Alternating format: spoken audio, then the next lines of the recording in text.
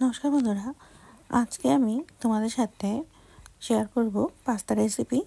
ঘরোয়া উপকরণে কিভাবে আমি পাস্তাটা রান্না করেছিলাম এবং খুব কম সময়ে, সেটাই আমি তোমাদের সাথে আজকে শেয়ার করব। তো চলো দেখে নেওয়া যাক আমি কিভাবে রান্নাটা করেছিলাম। প্রথমে আমি পুরো 1 প্যাকেট পাস্তা নিয়েছি। তো প্রথমে আমি জলটা গরম বসিয়ে দিয়েছিলাম, এর ভিতরে লবণ এবং তেল দিয়ে দিলাম যাতে খুব ভালোভাবে পাস্তাটা সিদ্ধ হয়ে যায়। জলটা যখন একদম ফুটে উঠেছে সেই সময়ে আমি পাস্তাগুলোকে দিয়ে দিয়েছি, দিয়ে একটু নাড়িয়ে চাড়িয়ে দিলাম। পাস্তাগুলো মোটামুটি সিদ্ধ হয়ে গেছে, তো আমি আবার একটু নাড়িয়ে চাড়িয়ে নিচ্ছি। এবার আমি পাস্তাগুলোকে তুলে নেব। সবগুলো পাস্তা আমি এভাবে জল ঝরিয়ে তুলে নেব। এবার কড়াইতে তেল দিয়ে দিলাম 2টো ডিম, সামান্য একটু লবণ। ডিমগুলোকে আমি ঝুরো ভাজির মতো ভেজে নেব, এর জন্য ডিমগুলোকে এরকম ভেঙে নিয়েছি। এবার ভাজাটা আমার হয়ে গেছে, ডিম ভাজাটা হয়ে গিয়েছে। এখন আমি একটা পাত্রে ডিমগুলোকে তুলে নিচ্ছি। এবার আমি যে সবজিগুলো দেব সেগুলো হলো, আমি নিয়েছিলাম আলু, গাজর, মটরশুঁটি আর পেঁয়াজ। আমার ঘরে যা ছিল আমি তাই দিয়েছি।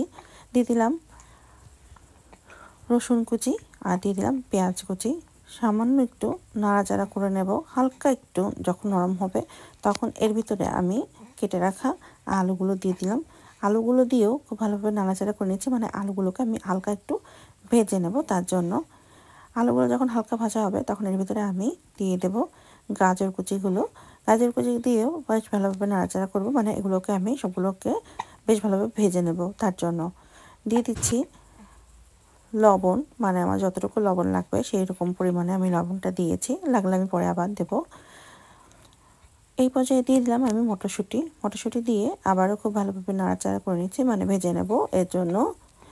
এখন আমি এর ভিতরে কিছু গুঁড়া মশলা ইউজ করব, যেভাবে আমি রান্না করি সেটাই শেয়ার করছি। আমি সামান্য একটু হলুদ গুঁড়ো দিয়েছি, সামান্য একটু লঙ্কা গুঁড়ো আর সামান্য একটু জিরার গুঁড়ো দিয়েছি।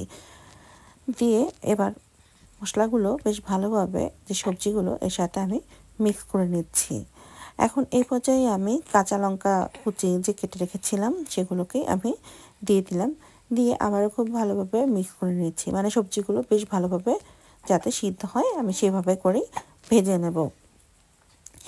এবার এই পর্যায়ে আমি ভেজে রাখা যে ডিমগুলো সেগুলোকেও দিয়ে দিলাম, দিয়ে আবারও খুব ভালোভাবে সবজির সাথে ডিমগুলোকে মিক্স করে নিলাম।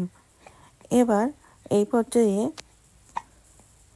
আমি দিয়ে দেব টমেটো সসটা দিয়েও বেশ ভালোভাবে সবজির সাথে মিক্স করে নেব। একটু সময় নিয়ে বেশ ভালোভাবে সবজির সাথে মিক্স করে নেব। যখন এরকম মিক্স করা হয়ে যাবে তখন এই পর্যায়ে আমি সিদ্ধ করা পাস্তাগুলো সব দিয়ে দেব।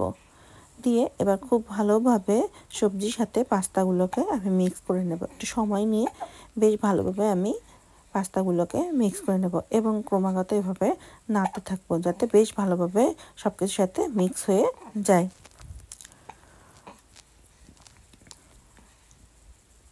তো এখন এই পর্যায়ে নামানোর রাখতে এই পর্যায়ে আমি দিয়ে দিচ্ছি সামান্য একটু অরিগানো, আর অরিগানো দিয়ে বেশ ভালোভাবে একটু নাড়িয়ে চাড়িয়ে নিলাম। মোটামুটি পাস্তাটা কিন্তু আমার রেডি হয়ে গিয়েছে।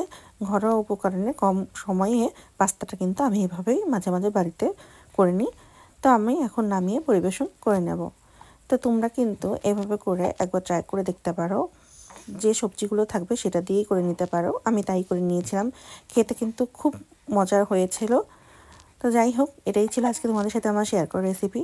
আমার ভিডিওগুলো যদি তোমাদের ভালো লেগে থাকে তাহলে তোমাদের কাছে অনুরোধ রইল আমার চ্যানেলটিকে সাবস্ক্রাইব করে আমার পাশে থাকার জন্য। তো আজকে এখানেই শেষ করছি, পরবর্তীতে দেখা হবে নতুন কোনো রেসিপি নিয়ে।